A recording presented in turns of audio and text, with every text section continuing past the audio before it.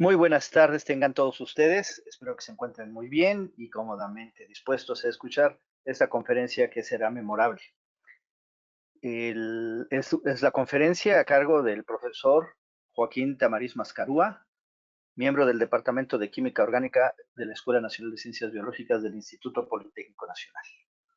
Voy a permitirme leerles unas palabras que he preparado para él y con ellas incluyo su presentación, aunque es bien conocido por todos nosotros. Tengo el honor y la fortuna de presentar a ustedes al profesor Joaquín Tamariz Mascarúa, miembro del Departamento de Química Orgánica de la Escuela Nacional de Ciencias Biológicas del Instituto Politécnico Nacional. Desde el punto de vista de nuestra sociedad y su desarrollo, debo primero comentar su presencia en nuestros congresos. Ha sido un ponente habitual y, desde luego, ningún expositor se libró de sus preguntas agudas y certeras, capaces de resaltar las aportaciones de los ponentes y permitir valorar el trabajo presentado. También el Journal of the Mexican Chemical Society se benefició de sus aportaciones. Les invito a revisar sus artículos y absorber los conceptos que ahí se presentan. Su lectura es siempre estimulante. El profesor Tamariz participó en innumerables comités para evaluar trabajos, designar premios y decidir sobre aspectos de la vida de la sociedad. Se desempeñó como editor en jefe del Journal of the Mexican Chemical Society justo en el momento en el que la revista de la Sociedad Química de México legó su lugar al mundo de la indexación y se volvió journal. Así, la Sociedad Química de México quiere agradecer profundamente al profesor Joaquín Tamariz tantos años de colaboración desinteresada, o bueno, sí, interesada en que la química y su desarrollo se consolidara en el país. Hoy nos presenta la conferencia Diversidad y Divergencia en Síntesis de Alcaloides y asa heterociclos, porque el profesor Tamariz es un químico sintético, un área complicada si se enfrenta con seriedad. La síntesis total es un área sumamente compleja que requiere de una gran infraestructura de la que se carece en México en lo general. La infraestructura de la que dispone la construyó Joaquín poco a poco, al punto que hoy la Escuela Nacional de Ciencias Biológicas es un referente en cuanto a equipamiento e infraestructura sintética en el país.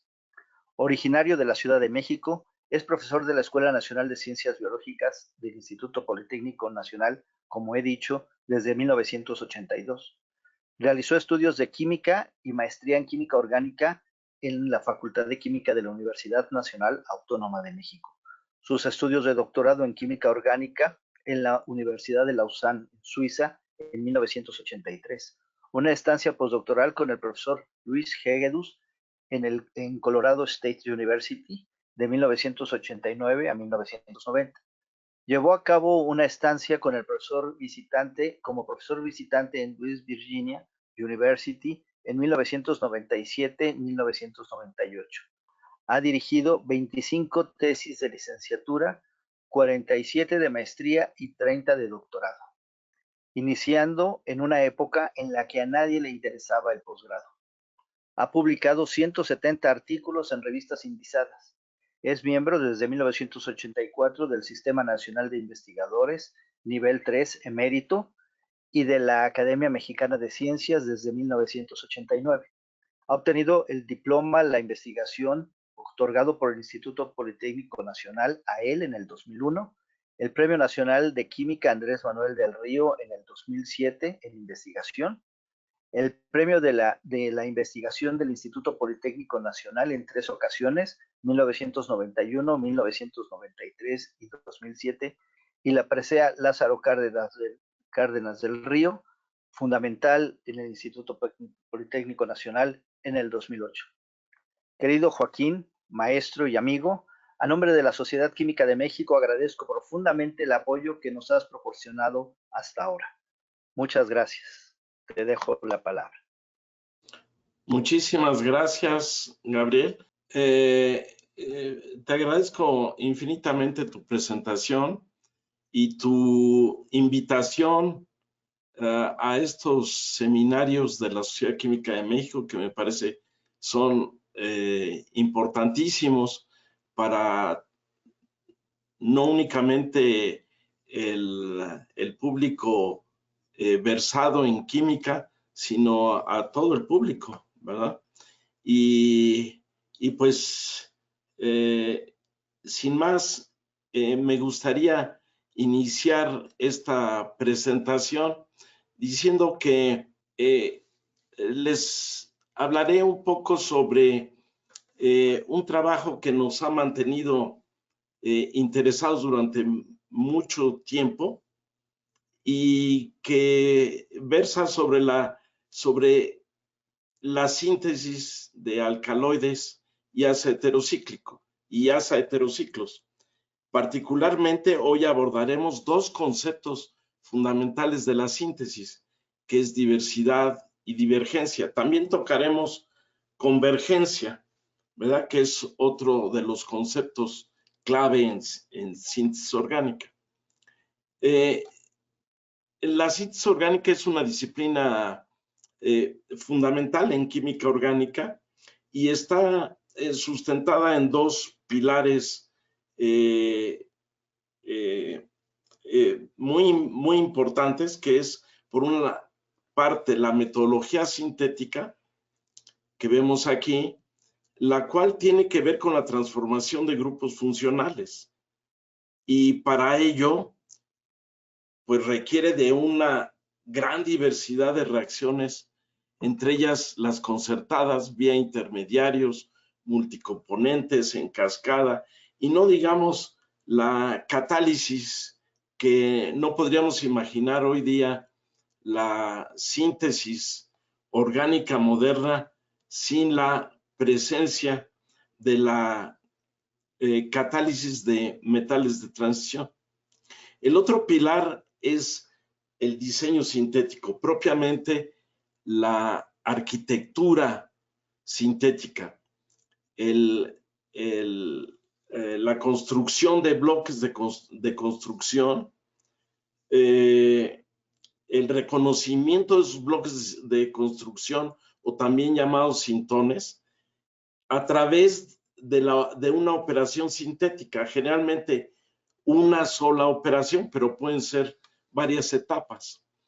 Y para esto necesitamos reconocer también el objetivo, la molécula objetivo, que fundamentalmente son productos naturales o moléculas de interés teórico o moléculas con actividad biológica, que pueden ser los mismos medicamentos, ¿verdad? Y para ello utilizamos la síntesis convergente, que es el tener dos fragmentos elaborados, los cuales hago converger, ¿verdad? De ahí el término, para que resulte de esa convergencia una molécula mucho más compleja. Y un término más novedoso, que es el de síntesis divergente, que tiene que ver, como ahorita lo veremos en un ejemplo, el construir un bloque de construcción suficientemente versátil para que a partir de él hagamos todo un menú de moléculas de complejidad mucho mayor. Veamos el ejemplo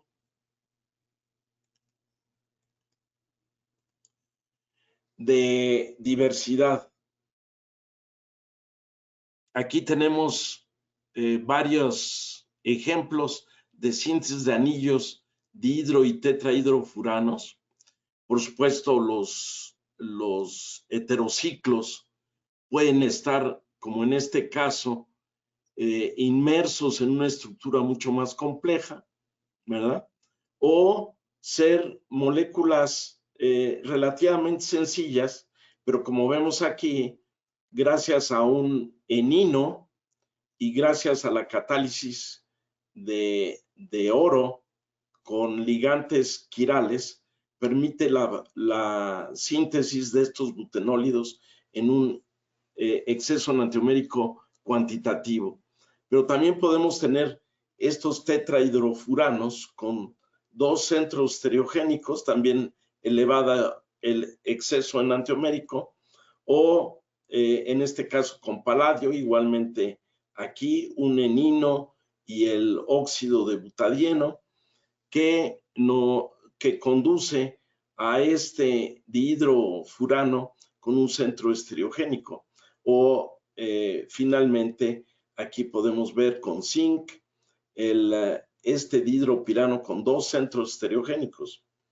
A eso le llamamos diversidad, es decir, tenemos que diseñar metodologías con estructuras muy diversas, con condiciones de reacción muy diversas también. ¿Por qué? Pues porque la complejidad de la estructura química pues también es muy diversa. Veamos aquí este ejemplo de Stuart Scriber de Harvard, quien acuñó el término divergencia en el 2004, si no mal recuerdo. Vean ustedes aquí en este círculo que tenemos una molécula muy interesante. Tiene varios grupos funcionales, es un beta-aminoalcohol. El amino forma parte de un aminoácido y de un propargilo. Y este propargilo va a ser clave para hacerlo reaccionar con el resto de la molécula, es decir, un doble enlace conjugado con un anillo de 3 miembros. Y vean ustedes que a partir de esta molécula se van a poder sintetizar una gran variedad de moléculas con estructura muy variada y muy compleja. En nuestro caso, nos vimos interesados en la construcción de carbazoles, que son alcaloides naturales, poseen actividad antimicrobiana y con ella muchas otras actividades, antiviral, antibiótica, antiinflamatoria, anticancerígena, etcétera. Son moléculas que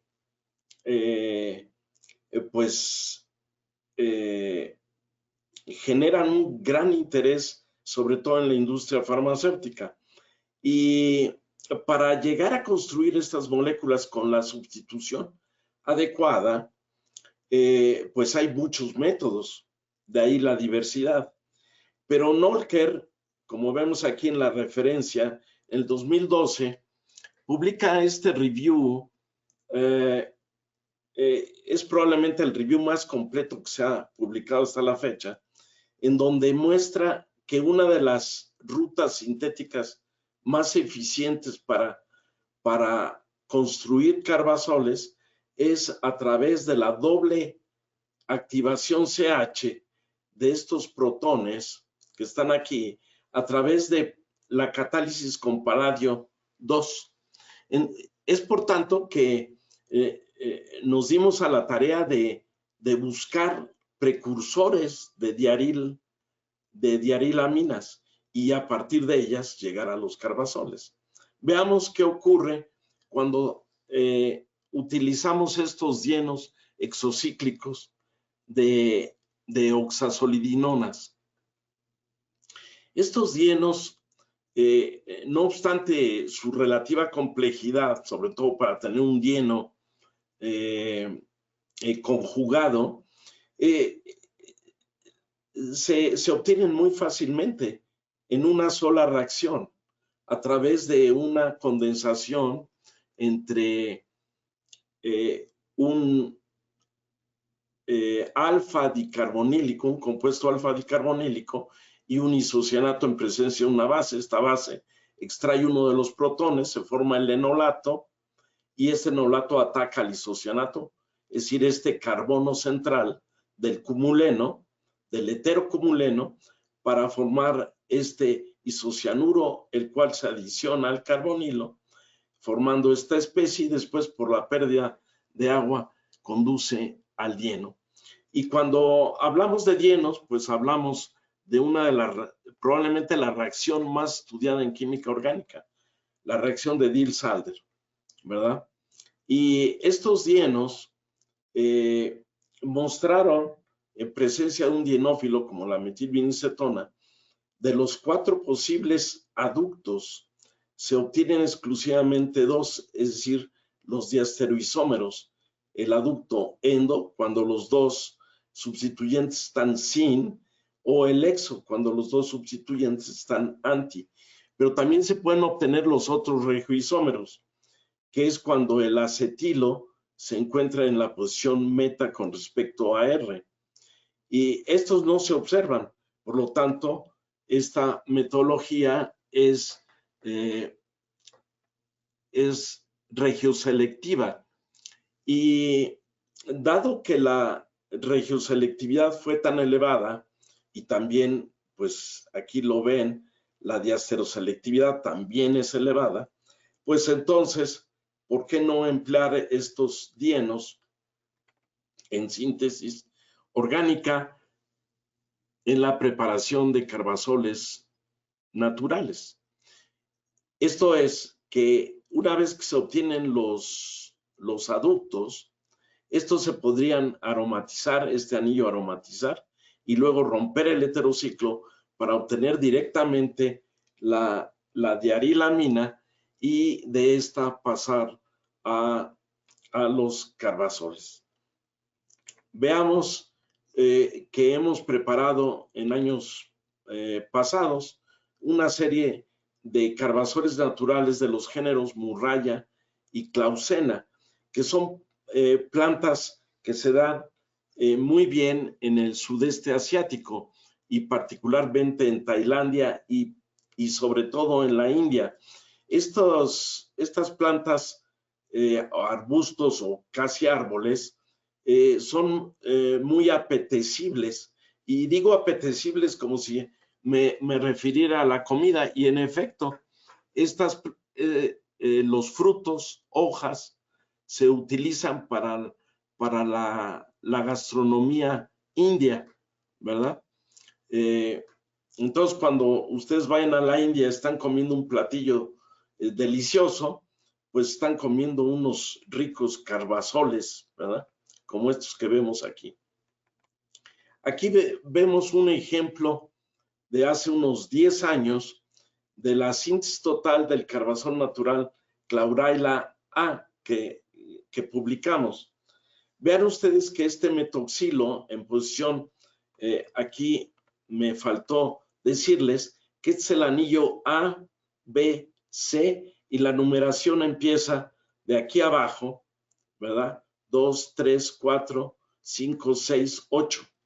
Entonces, aquí en la posición 7 tenemos este metoxilo que proviene del isocianato, y el metoxilo en la posición 1 proviene del dieno, es decir, este oxígeno del dieno corresponde a este metoxilo. Y obviamente que el formilo en la posición 3 proviene de la acroleína en la cicloadición de Diels-Alder. Como verán, la regioselectividad es muy elevada, y después con DDQ se logra la aromatización del anillo en buen rendimiento, y luego en un proceso one pot. ¿Qué significa esto de one pot? Quiere decir que en el matraz pongo yo mi substrato, le agrego el hidróxido de potasio, en etanol, agua, y empiezo a agitar hasta después de 2 horas que se ha concluido la apertura, y da el fenolato, y después en el mismo matraz se agrega el yoduro de metilo en presencia de carbonato de potasio, y se logra aislar el 91% de rendimiento, ya la diarilamina que nosotros deseábamos para transformarla en la Clauraila A, lo cual se logró a través de la catálisis, cantidades muy pequeñas, 10%, no más de 10% del acetato de paladio, y un exceso de acetato de cobre, porque el acetato de cobre lo que va a hacer es reoxidar el paladio. Una vez que se forma este enlace, se genera paladio cero, pero el paladio cero no es capaz de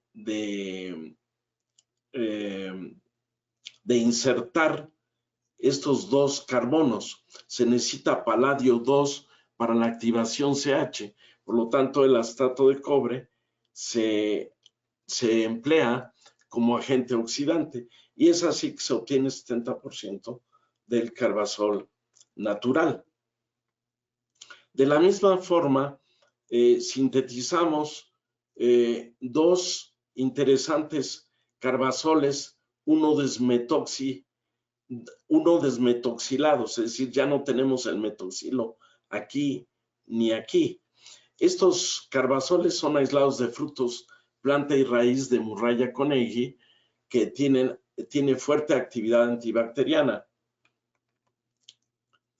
Muy bien, dejemos estos dienos y pasemos a otro precursor de diarilaminas.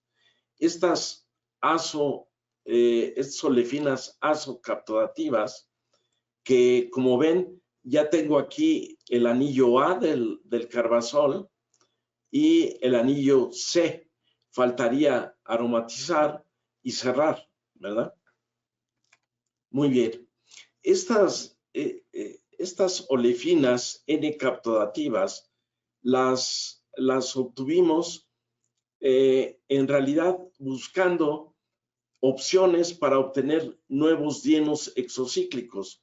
Estos dienos exocíclicos son sumamente reactivos, más reactivos que los que acabamos de ver. Y estos los obtuvimos a través ya no de un compuesto alfa dicarbonílico, sino de un alfa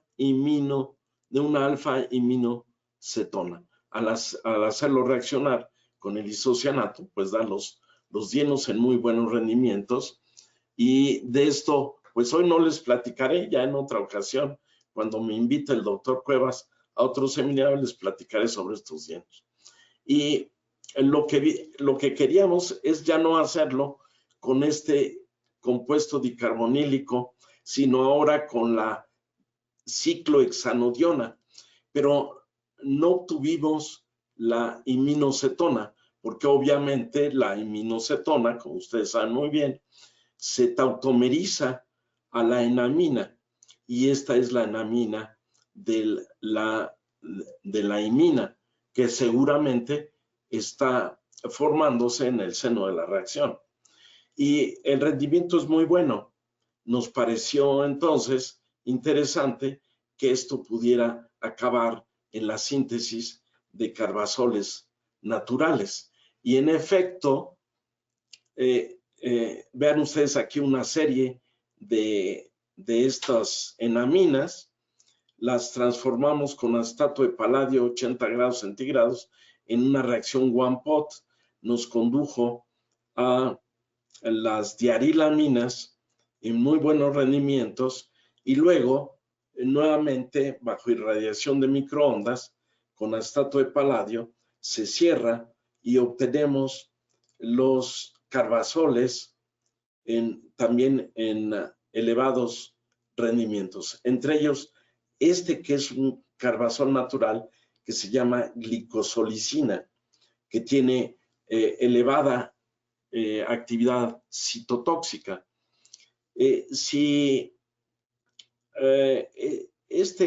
El compuesto 6-metoxi, que es el segundo que tenemos aquí, lo formulamos bajo las condiciones típicas de Vilsmeier-Haag. Obtenemos la 6-metoximurrayanina, que es un carbazol natural también. Entonces, en esta estrategia vamos a encontrar que esta etapa es una etapa clave, ¿verdad?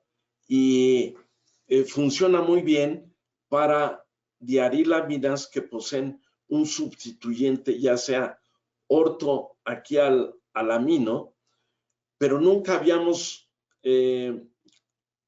probado la reactividad de esta transformación cuando tuviéramos 2 metoxilos. como en el caso del clausenal, que es uno de los pocos carbazoles naturales que poseen dos metoxilos, uno en posición 1 y otro en posición 8. Cuando Israel en su tesis de doctorado intentó hacer esta reacción utilizando la metodología que antes describimos, simplemente no hubo transformación. Por lo tanto, Israel tuvo que buscar y encontró un artículo muy famoso que ha sido multicitado de Fagnoux y colaboradores, un grupo de investigadores canadienses, en los cuales mostraron que el ácido piválico era un ligante mucho más reactivo que el ácido acético para este tipo de transformaciones. Y vean que se obtiene en 78% de rendimiento el carbazol deseado. Y ya una vez teniendo el metilo, lo transformamos al formilo con DDQ en 89% de rendimiento para obtener así el clausenal en 48% de rendimiento global. Bien, pasemos ahora a otro precursor. Aquí habíamos visto que era una enamina o una olefina asa captodativa, y aquí tenemos una enaminona, es decir, es una enamina, pero conjugada con un grupo carbonilo. Ustedes podrán imaginar que el par de electrones del nitrógeno que se deslocaliza hacia el doble enlace, pues ahora se deslocalizará hacia el carbonilo. Entonces, aquí vamos a tener una enorme deslocalización electrónica y esto obviamente va a tener repercusiones en la reactividad. Veamos que, de hecho, este carbonilo nos podría servir para introducir la función oxigenada de carbazoles naturales, como vemos aquí. Por ejemplo, la clausina V es un carbazol simétrico, donde tiene los dos metoxilos en estas posiciones, o la clausolina K y la clausolina L, que también son aisladas de la corteza de raíz de Clausena excavata, de la cual vemos aquí el arbusto, casi árbol, las flores y los frutos. Esta sería entonces, este sería el esquema retrosintético: formar la enaminona, hacer la aromatización de este anillo y luego cerrar, ¿verdad? Parece fácil, pero no. Cuando intentamos hacer aquí las enaminonas se obtienen en excelentes rendimientos, pero cuando utilizamos la metodología con astato de paladio para aromatizar este anillo, no se aromatiza. Esto no funciona, sino que para nuestra sorpresa, y fue una sorpresa, yo diría muy agradable, se cerró, ¿verdad? Entonces el paladio funcionó, como es paladio 2, activó este protón y este protón, y entonces formó este tetrahidrocarbazol, que pudiera ser, por la presencia de este oxígeno, precursor de carbazoles 4 oxigenados. No hay muchos en la literatura, pero entre ellos van ustedes a encontrar la glicoborina, que es el primer carbazol 5 sustituido. Si empezamos a contar desde aquí, sería 4, 5, y tiene fuerte actividad citotóxica. También tenemos la glicobomina A, que se aísla de Glycosmia arbórea, que lo tenemos aquí una imagen de esta rutácea, mientras que la Glycosmia macrofila, que también es una rutácea, sus extractos metanólicos poseen elevada actividad antimicrobiana, antioxidante y citotóxica. Entonces veamos cómo llevamos a cabo la síntesis total de la glicoborina en 3 etapas a partir de esta enaminona. Primero el cierre, ya con el rendimiento optimizado, y luego vean ustedes, Rafael Bautista en su tesis de doctorado encontró que tenía que calentar hasta 270 grados centígrados. Ustedes dicen, pues se va a quemar el compuesto, ¿verdad? Va a encontrar puras cenizas. No, lo que sucede es que se hace en metanol y no obstante las 48 horas se hace en una ampolleta cerrada y se obtiene 85% de este fenol, el cual se metila con yoduro de metilo, 94% de rendimiento para obtener la glicoborina. En el caso de la clausina V, vamos ahora a utilizar esta metodología de paladio sobre carbón a elevadas temperaturas para, esto en realidad es una deshidrogenación, ¿verdad? Paladio sobre carbón, pues claro, aquí ya tuvimos que utilizar 30% molar para que la transformación no fuera tan lenta. Y en un proceso one pot, una vez que se obtiene esta diarilamina, se metila, se obtiene la diarilamina simétrica y después con la metodología usual logramos el cierre a la clausina V en 74% de rendimiento. ¿Qué hay de las clausina K y clausina L? Bueno, pues fue muy semejante, paladio sobre carbón, la metilación en una sola etapa, posteriormente el cierre y después utilizando este derivado, se obtiene un 80% de rendimiento, oxidamos el metilo en esta posición al formilo para obtener la clausolina K y luego con dióxido de manganeso, cianuro de potasio, se obtiene la clausolina L en excelente rendimiento. Muy bien.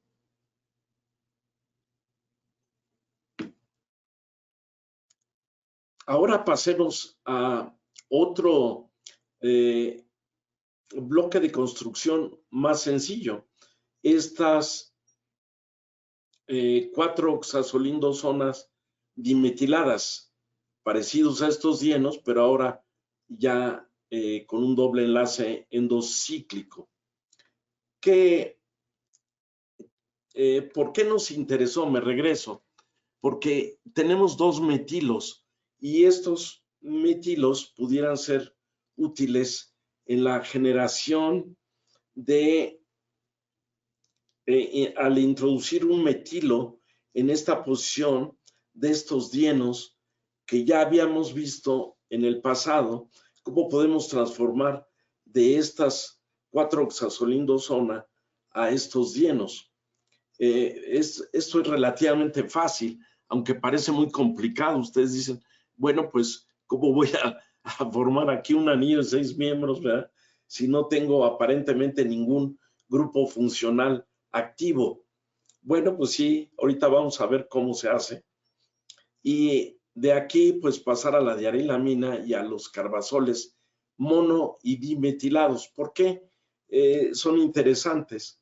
Bueno, pues porque nos lleva, como ven ustedes aquí arriba, a 2 de las moléculas de mayor actividad anticancerígena que se conocen en el mundo de los carbazoles, que son estos piridocarbazoles, la elipticina, que ha dado para muchísimos estudios, muchos reviews, y la olivacina.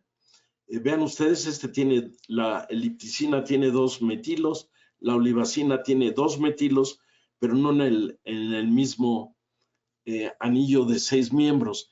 Y algunos de sus derivados o análogos son empleados actualmente como parte del arsenal clínico para el tratamiento de diversos tipos de cáncer. Y estos dos piridocarbazoles su síntesis ha sido reportada a partir de estos carbazoles formilados dimetilados, ya llevando los metilos consigo o el metilo consigo para la olivacina. Entonces, ¿por qué no pensar que estos compuestos que vemos aquí, pudiéramos llegar a estos precursores que después de 2 etapas se llegan a estos importantísimos carbazoles? Esto correspondió a la tesis de doctorado de Edson y publicamos muy recientemente. Cuando ustedes hacen la reacción de la oxazolín 2-zona dimetilada con acroleína, bajo estas condiciones obtienen rendimientos modestos de estos dienos. Y estos dienos, cuando se tratan con tricloruro de aluminio, se obtienen cuantitativamente las diarilaminas y estas se cierran, obviamente, a los carbazoles correspondientes, también en buenos rendimientos. No obstante que este pudiera ser una buena ruta sintética de los carbazoles, en el momento de hacer la formilación, pues como tenemos aquí diversos grupos sustituyentes en este anillo, activadores, electrodonadores, pues la formilación no únicamente va a parar en el anillo A, sino también sobre el anillo C. Por lo tanto, esto no nos convenía y lo que hicimos fue el formilar directamente el dieno. Vean ustedes que esta es una enamida y esta es una enamidiona. Por lo tanto, el par de electrones del nitrógeno se deslocaliza hacia esta posición, convirtiéndola en una posición nucleofílica y efectivamente se formila en muy buenos rendimientos. No obstante, Edson, pues no le gustó mucho, dijo, pues está muy bonito, pero estos rendimientos están un poquito bajos. Vamos a buscar otra ruta sintética. Y encontró algo muy interesante. Cuando se hace la misma reacción con acroleína, pero a menor temperatura, se obtienen estos dihidropiranos fusionados a la oxazolidinona. Este proceso, esto ya lo determinamos por cálculos teóricos, es un proceso hetero-Diels-Alder y se obtienen excelentes rendimientos. Entonces, lo que hizo Edson pues, fue el buscar la manera de convertir estos dihidropiranos en los dienos, y esto se logra gracias a que este centro es un centro hemiaminal, nitrógeno-oxígeno, por lo tanto, es un centro protegido por estos dos heteroátomos, pero esto en realidad es un carbonilo. Y este carbonilo, pues puede definitivamente ser parte del proceso para la transformación del dieno. Este metilo se convierte en nucleófilo, ataca al carbonilo que se genera aquí, es un enol, y se forma el dieno en muy buenos rendimientos. Y posteriormente una base como terbutóxido de potasio, ya empleando el astato de paladio y el astato de cobre, a 150 grados se descarboxila, se forma la diarilamina y en el mismo seno de la reacción se forma el paladaciclo de 6 miembros que conduce al acoplamiento cruzado para obtener finalmente los carbazoles en excelentes en buenos a excelentes rendimientos. Aquí se genera paladio cero y el acetato de cobre va a reoxidarlo y nuevamente el ciclo catalítico toma lugar. Por lo tanto, esta es una síntesis formal de olivacina y análogos en 1, 2, 3 reacciones, más las 2 reacciones para transformar estos carbazoles en la olivacina. Esto ya está reportado, aquí vean las referencias. Por lo tanto, esta sería una síntesis formal de olivacina. Veamos ahora la elipticina. Ya lo hemos dicho, aquí se requieren 2 metilos en el anillo C, en el anillo A, perdón, del carbazol, ¿verdad? Y que va a conducir después de 2 etapas a la elipticina y a otros carbazoles naturales como la 9-metoxielipticina. Edson le pareció que la reacción de las 4-oxazolín 2-zonas sobre metilvinilcetona, porque la acroleína no nos da este metilo, pero la metilvinilcetona sí.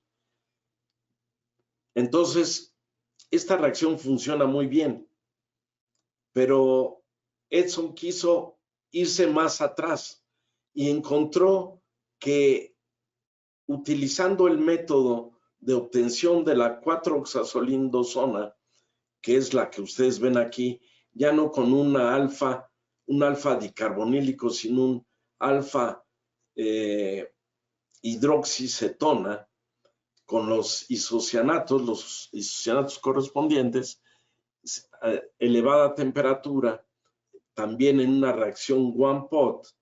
Una vez que se forma se adiciona metilvinilcetona, se sigue calentando y se obtienen las diarilaminas en muy buenos rendimientos.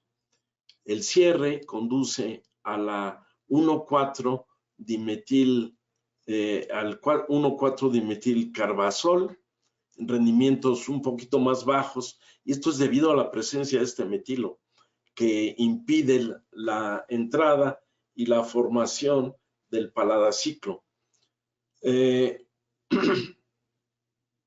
Pero aquí este metilo va a ayudarnos a dirigir la formilación sobre la posición 3 y efectivamente se obtienen los carbazoles formilados en buenos rendimientos, los cuales el primero de ellos conduce a la famosa elipticina. Muy bien, ahora pasemos a otro tipo de alcaloides naturales. Alcaloides de tipo indólico, como el actinopolimorfol B y la tanaquina. Estos son muy interesantes. El primero de ellos fue aislado de microorganismos de suelo, ¿verdad? Del Actinopolimorpha rutilus, y el segundo, la tanaquina, del famoso árbol del elephant apple. Es un árbol, es una rutácea que también se conoce como wood apple, que es la limonia acidísima. Estos 2 alcaloides, el primero de ellos fue aislado por Wang en el 2010 y el segundo por Abu Sarga en 1986. Y vean ustedes que el actinopolimorfol B, aislado en 2010, ya en el 2011, estos autores describen la primera síntesis total de este alcaloide natural en 7 etapas con un rendimiento global de 15%. Nos pareció que era excesivo y ¿por qué no pensar en una síntesis convergente entre dos fragmentos ya con un buen grado de elaboración. El indol, por una parte, que bueno, pues es un compuesto comercial, y estas olefinas captodativas que las habíamos estudiado nosotros por muchos años. Por lo tanto, este podría ser una manera de llevar a cabo la síntesis del actinopolimorfol B en solamente 2 etapas. Y efectivamente, Daniel Zárate le costó mucho trabajo para encontrar exactamente las condiciones, sobre todo el tipo de ácido de Lewis, el cloruro de zinc, ¿verdad? Bajo estas condiciones muy suaves, obtuvo cuantitativamente el aducto, y la hidrólisis del éster le condujo en 89% de rendimiento al actinopolimorfol B en 2 etapas, en un 87% de rendimiento global. Esta molécula es racémica, natural, y ustedes lo pueden entender porque este centro estereogénico se epimeriza debido a la presencia de la acetona. Y ya nada más nos quedaría el convertir este alcaloide en la tanaquina. ¿Mediante qué? Pues una simple reacción de Grignard, aunque el rendimiento no fue extraordinario, pero Daniel obtuvo en 3 etapas 52% de rendimiento global la tanaquina. Podríamos considerarlo como una síntesis convergente. Pasemos ahora a un esquema divergente, es decir, a partir de un bloque de construcción muy sencillo, como el 2,4-milpirrol, pudiéramos preparar, como ya lo hemos hecho y lo hemos publicado, toda una serie de compuestos de complejidad muy diversa, entre otros las pirrolicinas, las pirrolicidinas, esta otra pirrolicidina tricíclica, funcionalizada aquí con una función acrilato, o un pirrol natural, un alcaloide natural de este tipo. Y en efecto, las pirrolicinas, a diferencia de las pirrolicidinas, que son compuestos muy abundantes en la naturaleza, con una gran actividad diversa y además son muy tóxicos, algunos son terriblemente tóxicos. Mientras que las pirrolicinas no hay tantos ejemplos. Vemos aquí esta feromona de estas palomillas, pero también hay compuestos medicamentos como la licofelona que poseen la estructura de pirrolicina, que es un fuerte antiinflamatorio y pueden ser anticancerígenos. Muy bien, pues ¿cómo abordar la síntesis a partir de una molécula tan sencilla como el 2,4-milpirrol? Pues muy sencillo fue el utilizar una síntesis multicomponente, 2 moléculas de malonato de dimetilo, hidruro de sodio, 90 grados centígrados. Aquí Eder y Miguel Ángel Caracas obtuvieron, primeramente Miguel Ángel, aquí obtuvo una mezcla de las dos pirrolicinas con diversos grupos metoxicarbonilos.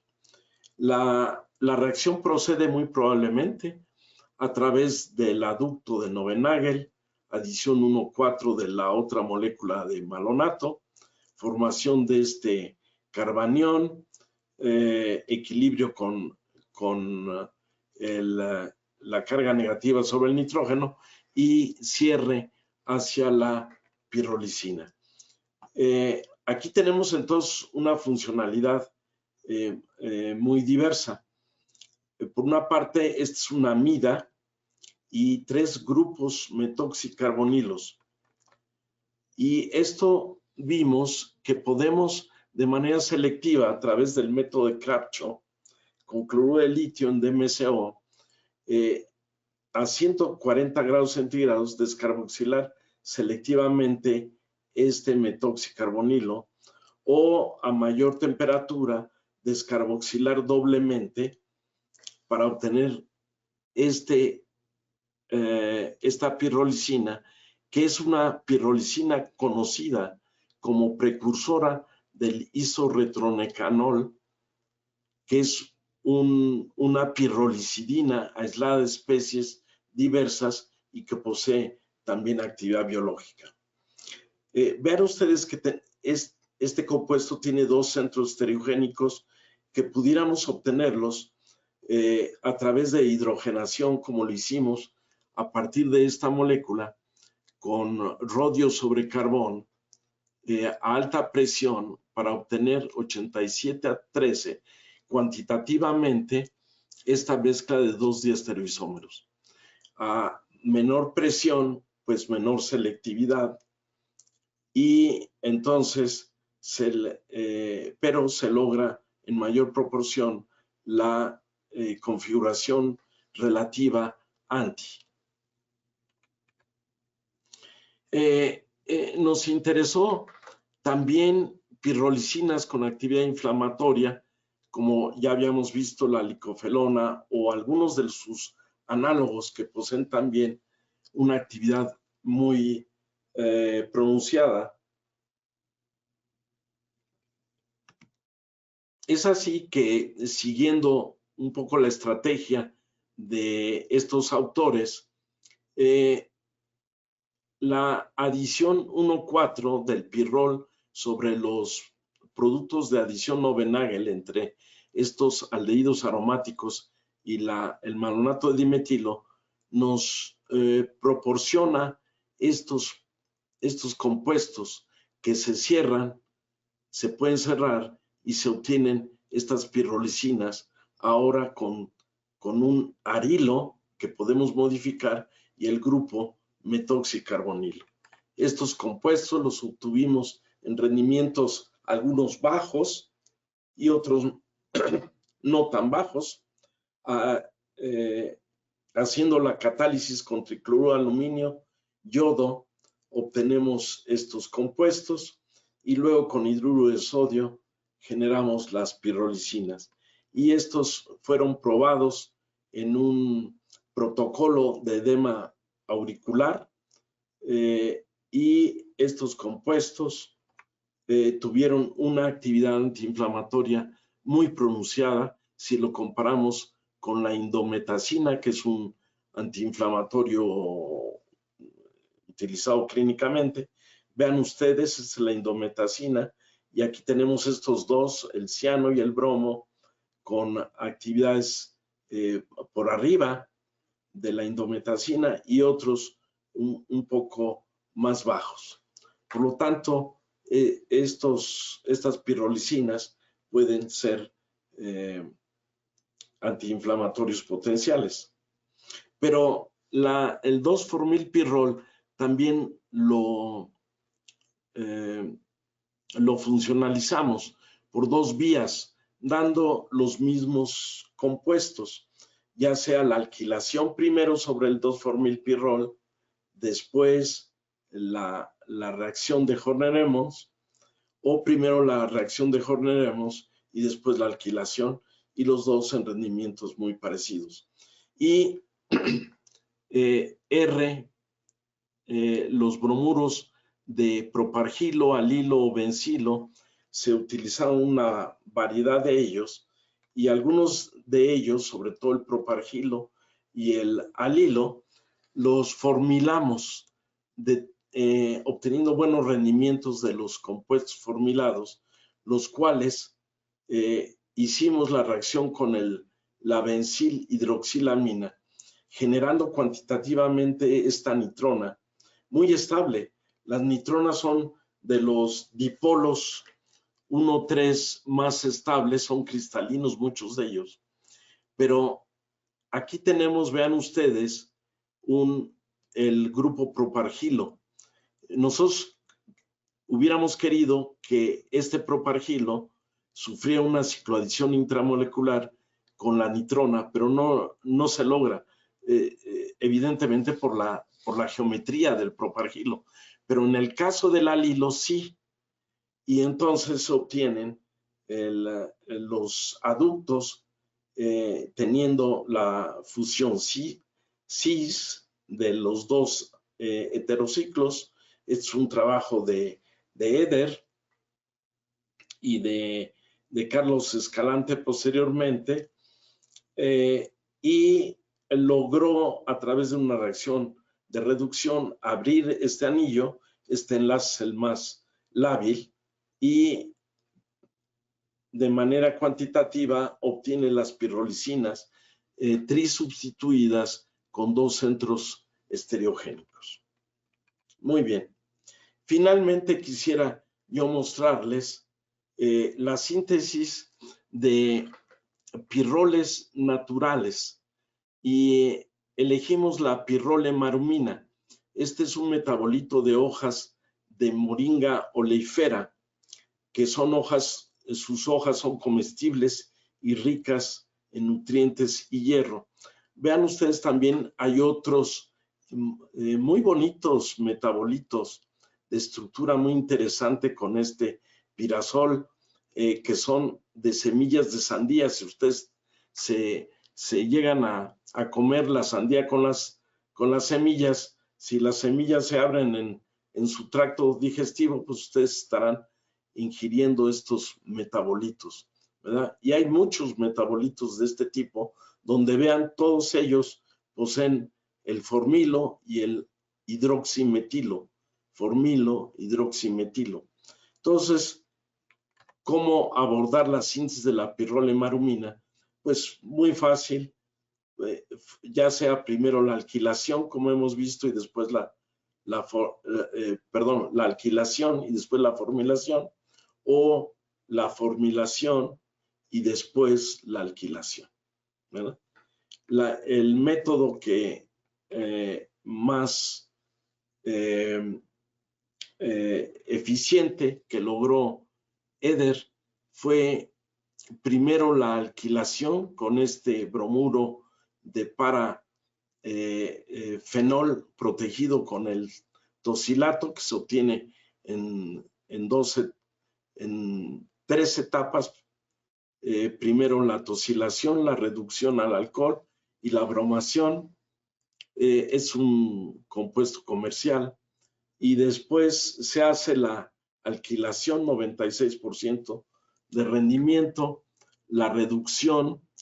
Desafortunadamente la formilación sobre este alcohol no se logra, se descompone por las condiciones de Willms-Meyer-Hack, son muy ácidas, y tuvimos que proteger con acetilando el alcohol, se formila y finalmente la desprotección con hidróxido de potasio. Se logra tanto la hidrólisis básica del acetato como del tosilato, y se obtiene la pirrole marumina en 28% de rendimiento global. Pues con esto terminamos. Hemos visto un esquema de diversidad para la síntesis total de carbazoles, que son alcaloides naturales. Por otra parte, un esquema en donde tenemos el aldosformilpirrol como apto para sintetizar una serie de compuestos en un esquema divergente, y todo esto ha sido gracias al trabajo entusiasta de mis colaboradores, a quienes agradezco infinitamente su entusiasmo, su trabajo, el financiamiento de la Secretaría de Investigación y Posgrado del IPN y del CONACYT. Aquí vemos, aunque ya son fotos muy muy viejas, pero vemos aquí a Daniel, a Israel, a Eder, a Carlos y otros de aquí, Carlos Espinosa, quien nos está haciendo muchos, ahora algunos cálculos muy importantes, Aarón, con quien seguimos colaborando, en fin, y un poquito más reciente tenemos aquí a Edson, a Israel, a Carlos, a todos ellos agradezco de veras su entusiasmo, su esfuerzo, para hacer síntesis se necesita mucho trabajo y mucha inteligencia que creo que todos ellos tuvieron, y les agradezco a ellos todo ello, y a ustedes les agradezco su amable atención. Muchas gracias. Muchas gracias, Joaquín, por este despliegue de química tan maravilloso, diría yo, excelente. Te agradezco infinitamente tu ponencia y pues aprovecho de una vez para comprometerte a la siguiente, dado que podemos explorar otros asuntos de la reactividad de estas moléculas, pues hay que consultar la agenda para poner la siguiente presentación en este foro de los seminarios telemáticos de la Sociedad Química de México. Te agradecemos muchísimo No, gracias a ti, Gabriel, por la invitación, y al auditorio, al cual invito a, si hay preguntas, pues trataré de ¿Sí? responderlas. ¿Ya hay alguna? Dice la primera pregunta, ¿cuál es el efecto del ácido piválico que lo hace eficiente en el proceso que mostró? Lo que Gracias. pasa, y aquí lo vemos, en el momento en que el paladio se inserta activa el enlace carbono-hidrógeno, lleva consigo como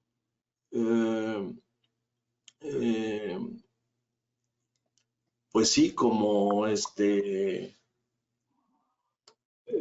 ligantes al acetato, y tiene que eliminar ese acetato como ácido acético para que se forme el segundo enlace carbono-paladio, y desde el primero, ¿verdad? Entonces, para que salga el ácido acético, se necesita una energía bastante, relativamente alta. Con el ácido piválico sustituye al ácido acético, y el ácido piválico tiene la salida del ácido piválico después de que está como ligante sobre el paladio, no requiere tanta energía. Por lo tanto, el proceso se da mucho más eficientemente con el ácido piválico. Y esto es debido, recuerden, el ácido piválico no es otra cosa más que el trimetil acético, ¿verdad? El ácido trimetil acético. O es el terbutil, el ácido terbutil carboxílico. Y este impedimento estérico del ácido piválico le permite salir más fácilmente. Eso es un estudio muy, muy bonito de Fagnoux. Desafortunadamente murió muy, muy joven este investigador. Su trabajo fue excepcional. Muy bien. Gracias, Joaquín. Dice la siguiente pregunta, es un comentario. Es claro que el profesor Tamariz ha hecho un gran trabajo. Gracias por este trabajo que nos comparte. Siguiente comentario. Dice, buenas tardes. Muy interesante el trabajo. En ese sentido, me preguntaba si es correcto considerar a una síntesis divergente, aun cuando para llegar a los productos de interés se aplica una estrategia multipasos, a través del planteamiento de un análisis retrosintético, caso contrario al concepto establecido por Schreiber sobre donde se aplica un análisis sintético directo. Sí, sí, es buena pregunta. Lo que pasa, creo que me voy a ir hacia, bueno, podríamos utilizar la nuestra, ¿verdad? Claro. Es decir, que el esquema divergente lo que hace es que me conduce a una gran cantidad de compuestos. Y estos compuestos no necesariamente son los productos naturales, pueden ser los precursores. Y la transformación de, por ejemplo, del 2,4-Mil-pirrol alquilado para la síntesis, por ejemplo, de este pirrol natural, pues ya fue en realidad la alquilación es una reacción pues con una cierta convergencia, ¿verdad? Y después el esquema sintético se convierte en un esquema que puede ser lineal, porque vamos modificando la estructura del compuesto hasta llegar al producto final. Entonces, en realidad no son conceptos que están reñidos entre sí, se complementan. Y este es el gran juego de cartas de los conceptos de divergencia, convergencia y diversidad para llegar a un producto objetivo, ¿verdad? Muy bien. La siguiente pregunta es una pregunta para la imaginación. Dice, ¿cuál será el efecto de la inteligencia artificial en la síntesis orgánica? Esta es una buena pregunta. De hecho, no necesitamos al día de hoy de inteligencia artificial para desarrollar un esquema retrosintético. Ustedes, si tienen recursos, pueden comprar uno de tantos programas comerciales que hay, empezando por el de Cori, que fue uno de los primeros que se elaboraron, para hacer que la máquina me diga, oye, ¿cómo a partir del 2,4-Mil-pirrol puedo llegar a este pirrol, verdad? Y la máquina seguramente que va a decirme, pues, una de las opciones, pues sería esta, y la otra opción será esta otra, ¿verdad? Entonces, porque esta es una molécula extremadamente simple, pero si vemos que hoy día se sintetizan moléculas de una complejidad enorme, de hecho la lipticina que vimos nosotros, la sintetizó Woodward, considerado por muchos y por mí, sin duda, el más grande químico orgánico del siglo XX.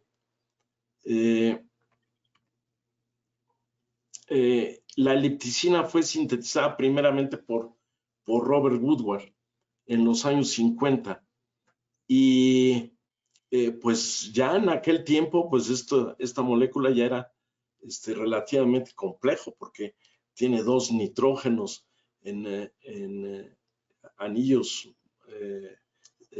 distantes, pero sigue siendo hoy día una molécula muy sencilla para lo que hacen los grandes químicos sintéticos como Phil Baran, como Schwager, como en Alemania, ¿cómo se llama? Bueno, se me escapan muchos nombres, pero y los chinos, hoy día los chinos están haciendo vean nada más, revisen el JAX o el Angevante Chemie de esta semana o de la semana pasada, y ustedes van a encontrar síntesis totales de moléculas extremadamente complejas, ¿verdad?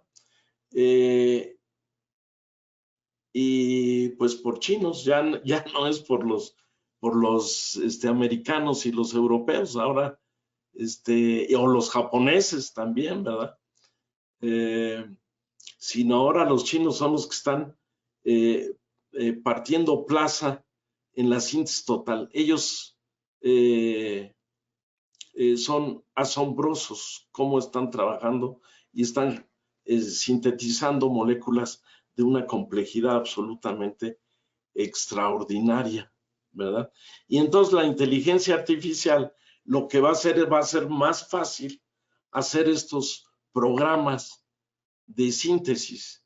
Claro que nos van a ayudar muchísimo, pero la inteligencia artificial no va a hacer la síntesis.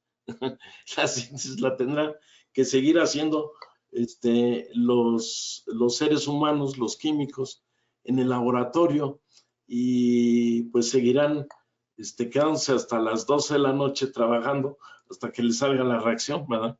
Pero eso no lo va a hacer la inteligencia artificial. Nos va a ayudar mucho para planear mejor la síntesis. Es sin duda. Claro.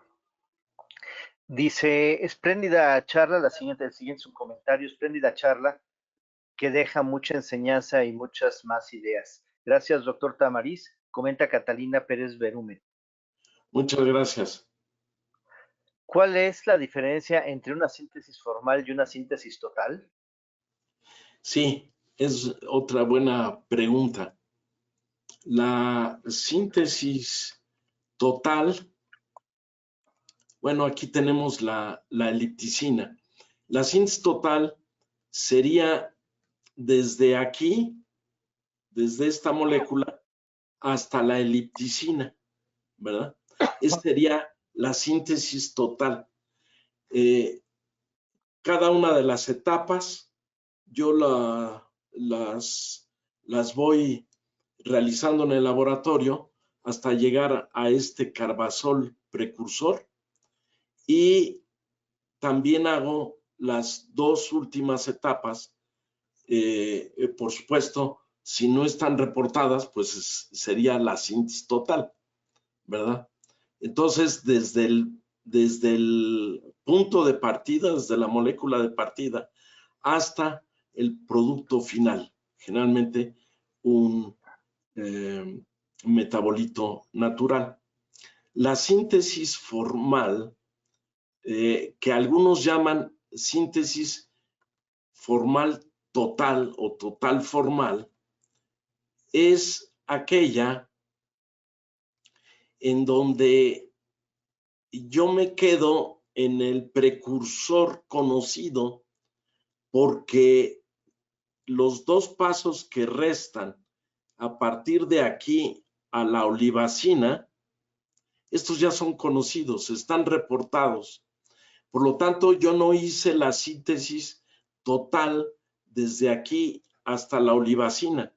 ¿Por qué? Pues no tiene sentido, porque ya está reportado estas dos etapas que siguen. Pero no le puedo llamar síntesis total porque no realicé las dos últimas etapas. Alguien diría, bueno, pues, ¿por qué no las hiciste y te llevas el crédito de una síntesis total? Bueno, sí, pero es válido, ¿eh? Es por eso que los editores hoy día aceptan el término de síntesis total formal. A mí no me gusta mucho, por eso puse síntesis formal, porque en realidad son dos conceptos que van de la mano, pero no es lo mismo. Y en este caso, la síntesis formal, yo me quedo en un precursor conocido y lo demás ya está descrito. Ese es el concepto de síntesis formal. Muy bien, muchas gracias. Infinitas felicitaciones por esta ponencia, doctor Tamariz. Un saludo enorme desde Colombia. Muy interesante la síntesis de estos carbazoles con estas estrategias sintéticas. Firma Carlos Osorio. Muchas gracias. ¿Qué retos se han enfrentado con la caracterización espectral de todos estos compuestos mencionados? Que es otro menudo problema. Sí, sí, es una buena pregunta y habría que hacérselas a mis colaboradores, ¿verdad? Que ellos son los que sufrieron, bueno, yo también para poder asignar la estructura. Sí, vean ustedes que es muy bonito presentar ya un esquema de síntesis formal o total, ¿verdad? Pero cada reacción que vemos aquí requiere de un reto sintético y un reto espectroscópico a veces muy grande, aunque la estructura no sea muy compleja. Y esto es gracias al estudio detenido, particularmente de la resonancia magnética nuclear, ¿verdad? Si tenemos suerte, como nosotros lo tuvimos para obtener un monocristal de algunas moléculas, por ejemplo, una de estas moléculas,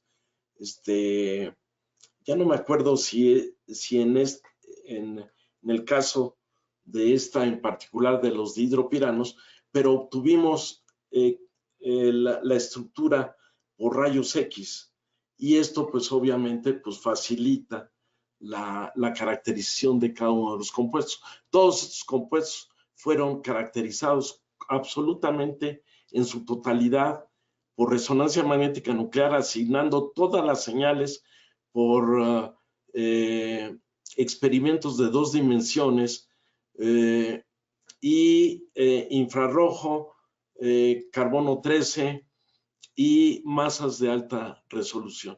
Todos estos compuestos fueron caracterizados en los artículos que ustedes ven, por ejemplo, en el caso del 2022, del trabajo de Edson, ustedes verán en la parte suplementaria los espectros de resonancia de protonio y de carbono 13 y están todo asignado plenamente de manera inequívoca. Es mucho esfuerzo, es mucho trabajo y cada uno de estos derivados, pues hay que hacer todo eso con todos esos derivados. Mucho trabajo, mucho esfuerzo. Muy buena pregunta, porque muchas veces nos olvidamos al ver una diapositiva como esta, creemos que esto es tan sencillo como yo lo platiqué, ¿no? No es mucho trabajo. No, es muchísimo. Dice, aquí me toca un permisillo. Dice, gracias Sociedad Química de México por ese tipo de conferencias y por invitar a grandes expositores como el doctor Tamariz. Eso es cierto. Sí, un gran aplauso a la Sociedad Química de México por esta serie de seminarios tan interesantes.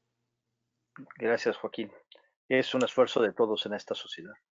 Conociendo los diferentes tipos de actividad que presentan los alcaloides y que por sí solos ya son usados como tratamientos para enfermedades, ¿habría algún cambio si se llegaran a utilizar para síntesis de compuestos organometálicos? Bueno, espero entender la pregunta.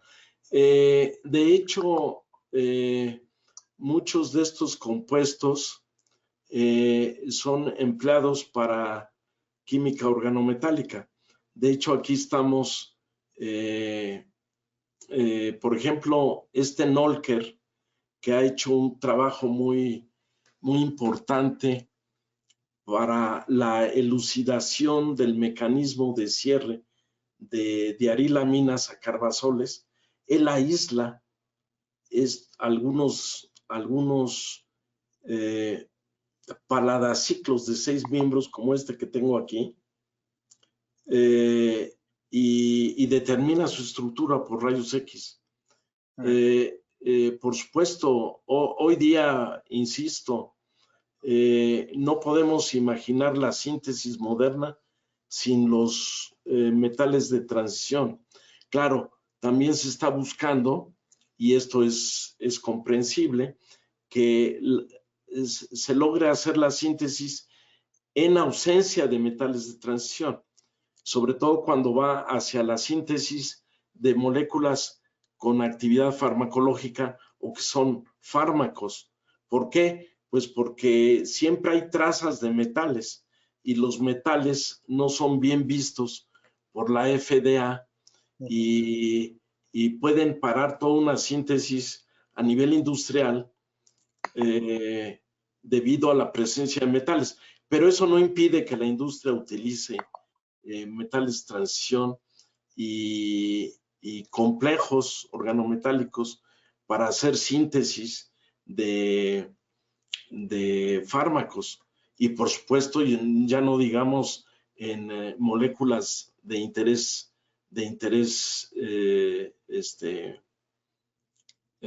teórico y farmacológico. Hay muchos medicamentos como el mismo cisplatino, ¿verdad?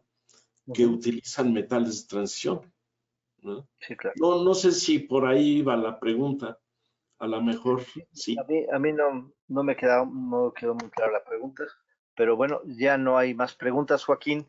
Pues yo nada más agradecer primero tu carrera, agradecer el apoyo a la Sociedad Química de México, agradecer el apoyo que me has dado a mí en lo personal y pues acordar en que pronto tendremos una segunda parte de esta conferencia y te haremos llegar este reconocimiento que es, pues digamos, la constancia de este seminario telemático.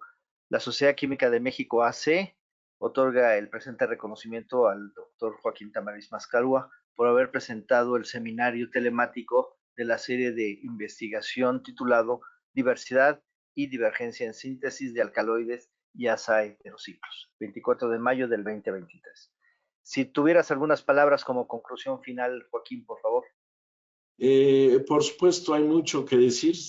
Yo sé que estamos sobre el tiempo y creo que la Sociedad Química de México nos ha hecho crecer y ha hecho crecer la química en este país.